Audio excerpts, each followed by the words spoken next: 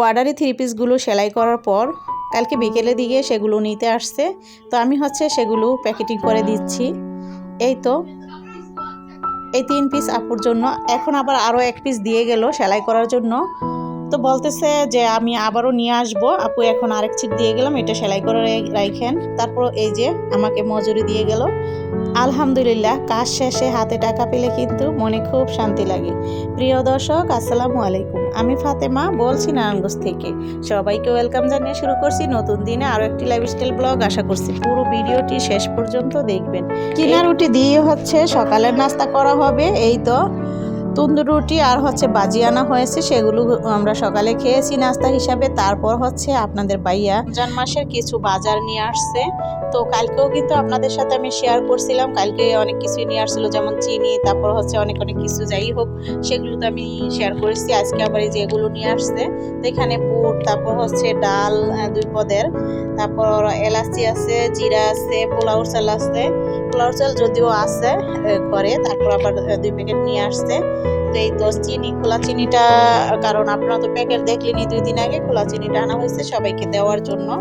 তো এখানে আমি হচ্ছে বুট, তারপর হচ্ছে মুগ ডাল আর হচ্ছে মশারির ডাল, পোলাওর চাল মিক্স করে দিলাম, ভাঙানোর জন্য পাঠিয়ে দিয়েছি। আর এই পাশে আমি প্যাকেটিংগুলো করে নিচ্ছি। আসলে আমাদের সামর্থ্য অনুযায়ী আমরা কিছু মানুষকে এখান থেকে বুট, তারপর হচ্ছে ডাল, চিনি, বেসন এসব দিব আর কি। তো এই যে এখানে হচ্ছে ওই যে আমি বুটটা যে দিলাম সেটা ভাঙিয়ে নিয়ে আসছে, আর কিছু বাজারও আবার নিয়ে আসছে। এই যে মুড়ি, চিরা এগুলো দিবে, এই জন্য নিয়ে আসলো। আপনার ভাইয়া বলতেছে যে এগুলো গুছিয়ে দাও, তারপর দিয়ে দিব। তো এই যে এখন হচ্ছে মেপে মেপে দিচ্ছে 1 কেজি করে বেসন। তারপর হচ্ছে এই যে এখন সব কিছু মেপে টেপে সব রেডি করে নিয়েছি পোটলাগুলো। তো এক এক করে হচ্ছে আমি একটা বড় পলিথিনে সেগুলো ভরে দিব যাদেরকে দেওয়া হবে। তো আমাদের বাসায় শারমিন আছে, ওকেও দিব। আপনার ভাইয়ার ওইখানে যে কাজ করে তাদেরকেও দেওয়া হবে। তো যাই হোক, আল্লাহ পাক যদি তৌফিক দিত তাহলে অনেক দিতে পারতাম। তো যেরকম পারতেছি সেরকমভাবেই দিতেছি। আসলে অনেক কিছুই তো দিতে ইচ্ছে করে। তো যাই হোক, আলহামদুলিল্লাহ, আল্লাহ তো মনের খবর সবই জানে। তো এই যে ইয়ামিন হচ্ছে নিচে যেয়ে দিয়ে আসতেছে, দোকানে দিয়ে আসলে আপনার ভাইয়া হচ্ছে দিয়ে দিবে। তো দোকানে যে এগুলো রেখে দিতেছে, আর বাকি তো আছে, এগুলো আবার পরে নেওয়া হবে। আর এই যে এখানে আমি যে বুট টুট আনলো সেগুলো হচ্ছে গুছিয়ে রেখে দিলাম এই যে ডিব্বাতে করে। এই যে এখন এটাতে রাখা হলো। তারপর হচ্ছে এই ঘরের যে গুছ গাছ সেগুলো আসলে করাই হয় না, আমি তো কাজে অনেক ব্যস্ত সেলাই টেলাই নিয়ে। তো এই জন্য হচ্ছে এই যে আমার ঘরে অনেক টান্দা পড়ে আসছে, সেইগুলো হচ্ছে পরিষ্কার করে নিচ্ছি। ইদানিং আবার টুক ঝাড়ুটা ছিল না, তো আমি এমনিতে রেগুলার যে ঝাড়ু এটা দিয়ে আর কি কিছুটা ঝেড়ে নিয়েছিলাম কিছুদিন আগে। আবার মাসখানেকের ভিতরে এই যে অনেক টান্দা পড়ে গেছে, 1 মাস আগে আমি পরিষ্কার করে নিয়েছিলাম। তো যাই হোক, এই তো এখন হচ্ছে প্রত্যেকটা রুমে যে হচ্ছে আমি সুন্দর করে ক্লিন করে নিব।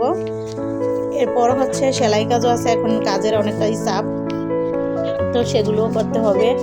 ওই পাশে শারমিন আসছে, ও থালাবাটি ধুইতেছে। তারপর ওকে বললাম আদা রসুন কাটো, আমাকে আদা রসুন কেটে দেও। তো ও সেই কাজগুলো করতেছে। তো আমি হচ্ছে এখন বিছানাপাতি ঝেড়ে টেরে দিয়ে এরপর হচ্ছে একটু সেলাই করতে বসবো। আর শারমিনকে বললাম যে কাপড় ভিজাইছি, তুমি সেগুলো আবার ধুয়ে নিও।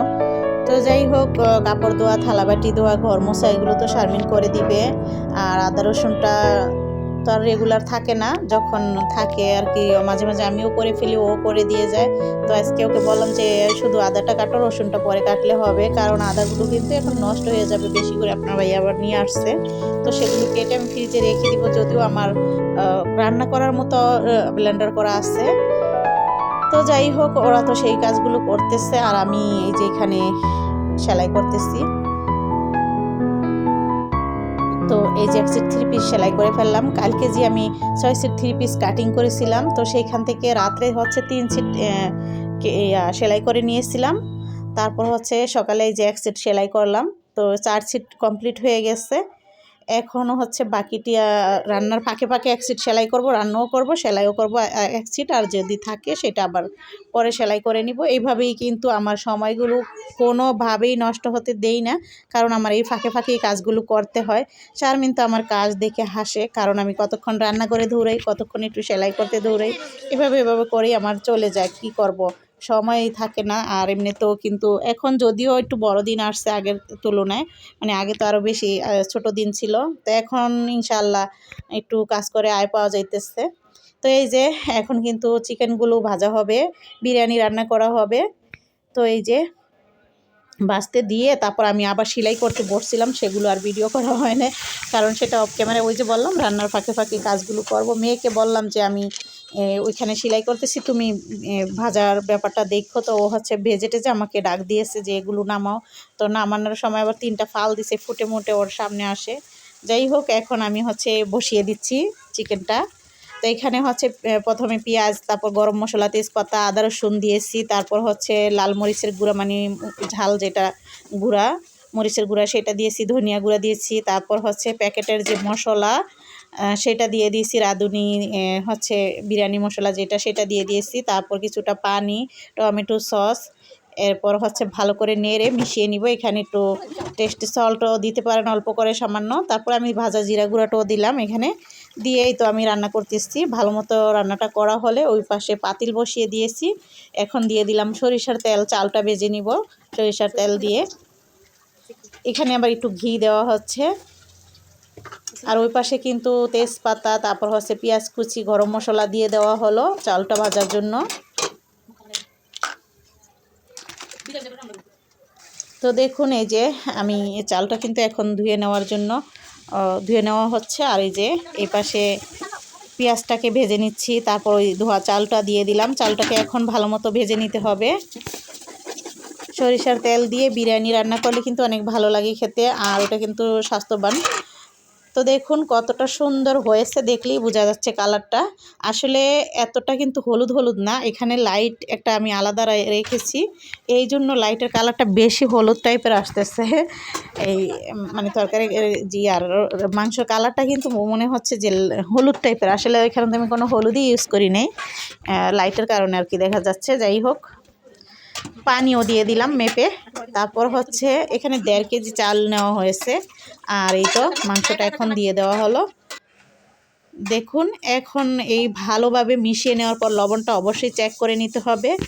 তারপর হচ্ছে ঢাকনা দিয়ে ডেকে আমি দমে রেখে দিব, তাহলে কিন্তু হয়ে যাবে। এই ফাঁকে আবার গোসল টোসল করে নামাজ টামাজ পড়তে হবে, কারণ এত কাজের ফাঁকে কিন্তু আল্লাহর ইবাদতও করতে হবে। রহমতের মাস চলে আসছে। তো এখন যদি আমরা এই মাসে যদি আমরা বেশি বেশি ইবাদত করি, তাহলে আমাদের বেশি বেশি সওয়াব হবে, ডাবল হবে, ডাবলের চাইতেও বেশি হবে ইনশাআল্লাহ। তো এই যে এখানে এখন রান্না শেষ করার পর হচ্ছে ভেড়ে টেড়ে নেওয়া হলো। তো এখন কিন্তু খাওয়ার পালা, সবাই খেতে বসে পড়বে, নামাজ পড়ে চলে আসছে। তো আজকে শুক্রবার ছিল, তো প্রতি শুক্রবারই কিন্তু বেশিরভাগই বিরিয়ানি রান্না করা হয়। যদিও আজকের ভিডিও আরও আছে, সেটা আর শেয়ার করলাম না, কালকে শেয়ার করব। সবাই ভালো থাকবেন, সুস্থ থাকবেন, আল্লাহ হাফেজ।